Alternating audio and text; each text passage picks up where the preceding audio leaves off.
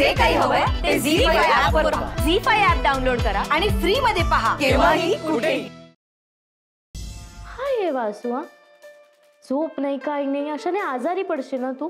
थांब, मी ना छान कॉफी करून आणते, म्हणजे तुला बरं वाटेल. ना आलेच मी, थांब. वासू अरे आपण ऑफिस मध्ये आहोत, आज सोड ना, माझा बघेल कोणीतरी. बघू ना, मला परवा नाहीये कोणाची. बोल ना, काय विचार केलायस तू? तुझा काही निर्णय झालाय का? आपण करतोय ना लग्न?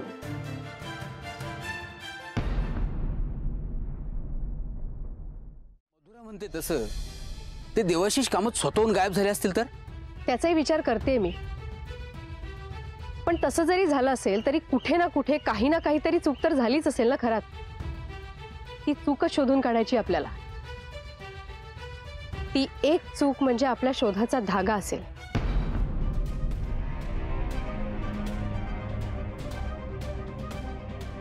मीरा कामत, माझ्याकडे एक बातमी आहे. तुम्हाला जाणून घ्यायची असल्यास आपण आज रात्री भेटूया.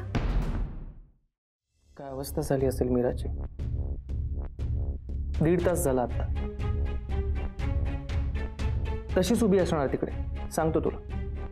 तरी मी तिला म्हटलं होतं आपण पोलिसांना नको सांगायला. ऐकते कुठे माझं? उगाच मीराचा जीव टांगणीला लागला असणार.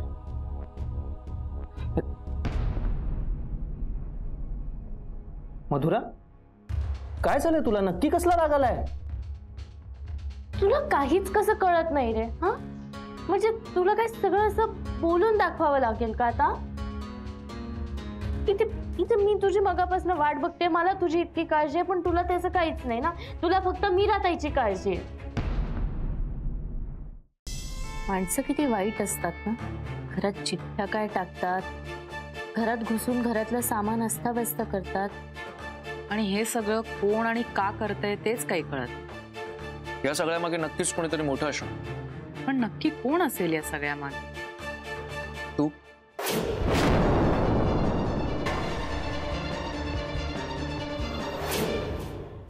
एअरपोर्ट एरियातलं सगळं फुटेज चेक केलंय आम्ही, आणि आम्हाला कुठेच कामत एअरपोर्टवर एंटर होताना दिसले नाही.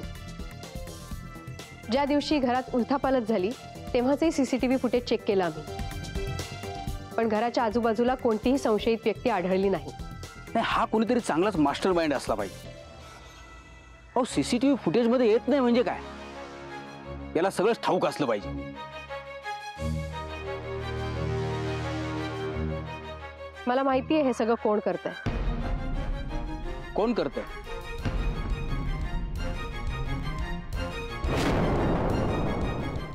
काय झालं ना की आम्हाला एक टॅक्सीवाला भेटला होता, तर तो म्हणाला की कामत साहेब रस्त्यामध्ये कोणाशी तरी जोर जोरात भांडत होते. भांडत होते? आता तो टॅक्सीवाला इकडेच येतोय. इकडे का? अहो, तुम्हीच तर कामत साहेबांना सोडवायला गेले होते ना त्या दिवशी. मग कामत साहेबाचं आणि तुमचंच भांडण झालं नसेल कशावरून? म्हणजे तुझं आणि देवाशीष सरांचं नक्की भांडण झालं नाहीये ना? मग कशाला उगाच टेन्शन घेतोयस? मला सांग, तो मूर्ख टॅक्सीवाला जो कोणी आहे त्याने उद्या काहीही विचार न करता सांगितलं की हो हाच माणूस आहे जो देवशी भांडत होता, मग केवढा प्रॉब्लेम होईल त्याने. हे लोक काही करू शकतात यार आदित्य. असं खरं विशेष काही नाही, जस्ट मन मोकळं करायचं होतं तुमच्याकडे. वहिनी, आम्ही खूप चांगले मित्र आहोत, त्यामुळे आमच्यात जी काही भांडणं होतात ना ती अगदी लुटूपुटूची असतात. पर्सनल असं काही नसतं त्यात, त्यामुळे टोकाची भांडणं होणं शक्यच नाहीये. देखो टैक्सी वाले, उस दिन वो साहब से जब झगड़ा हुआ था तो यही आदमी था.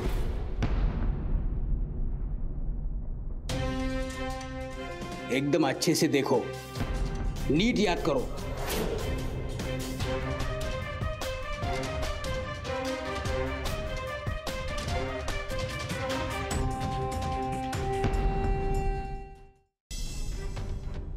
ऐक ना, 1 मिनिट, मला पटकन तुझा फोन दे ना जरा.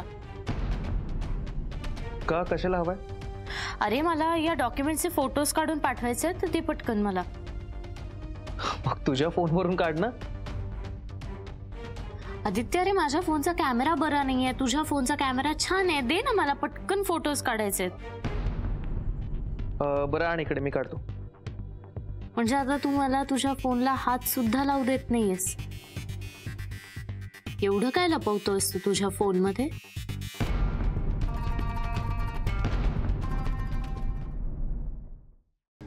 चला बसा. हे काय आहे खरंच साहेब? काय काय चालू आहे? मला इथे काय आणलंय? तुमचं नशीब समजा तुम्हाला इथे आणलंय. तुम्ही आम्हाला हवी असलेली सगळी माहिती दिली नाही तर तुम्ही जो विचार केला होता तिथे न्यावं लागेल तुम्हाला. तो खरं काय ते कबूल करा, आम्हाला हवी असलेली सगळी माहिती द्या आणि मोकळे व्हा. अजून काय सांगू तुम्हाला मॅडम? हे बघा, या सगळ्यात माझा काहीही हात नाहीये. माझं आणि देवचं कधीच कुठलंही भांडण नव्हतं. तुम्ही सारखं सारखं तेच काय बोलतो? काहीतरी नवीन सांगा ना.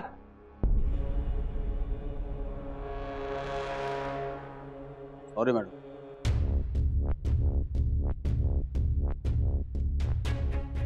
हे बघा भागवत, जे काय माहिती आहे ते पटकन बोला, म्हणजे माझा वेळ आणि तुमचा वेळ आणि त्रास दोन्ही वाचेल. बोला. काय सांगू मॅडम? जे काही आहे ते सगळं सांगितलंय तुम्हाला. जे काही घडलं ते जसंच्या तसं सगळं तुम्हाला सांगितलंय, पण तुमचा विश्वासच बसत नाहीये माझ्यावर. माझा तर सोडा, तुमच्या जवळच्या व्यक्तींचाही विश्वास नाही तुमच्या. मगाशी मिसेस कामत आणि आदित्य म्हणाले तुम्हाला सगळं खरं काय ते सांगा. तुमच्याच व्यक्तींचाही तुमच्यावर विश्वास नाही म्हटल्यावर काहीतरी गडबड असेलच ना. नाही, असं काही नाहीये. मग कोणाचाच कसा विश्वास नाही तुमच्यावर? कोणीच कसं तुमच्या बाजूने उभं राहिलं नाही? एक व्यक्ती आहे, हा, तिचा माझ्यावर पूर्ण विश्वास आहे. ती सांगेल तुम्हाला खरं काय.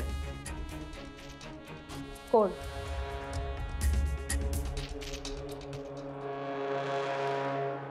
मिस्टर भागवत, कोण आहे ती व्यक्ती? मिस्टर भागवत, कोण आहे ती व्यक्ती? मधुरा.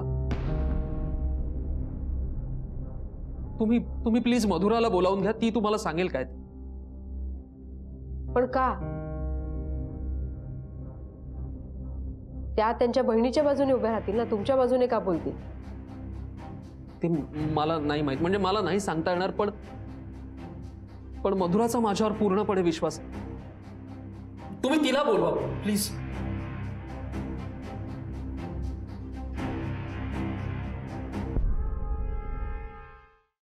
आणि मग पोलीस वासूला मार मार मारतील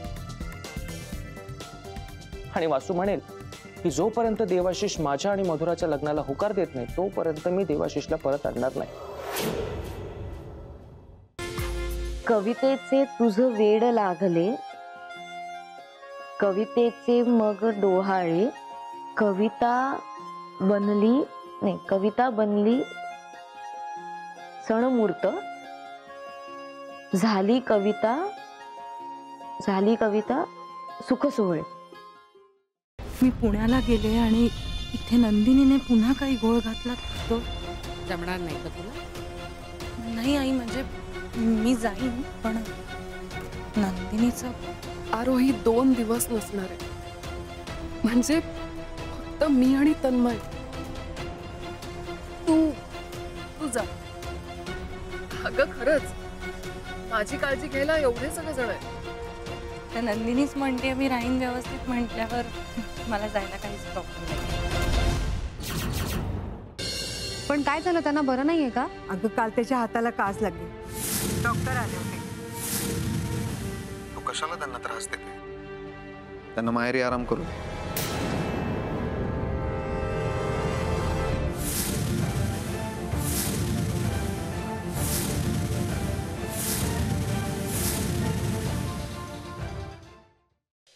काय झालं? लाईट्स का गेलेत? हॅलो कोण आहे?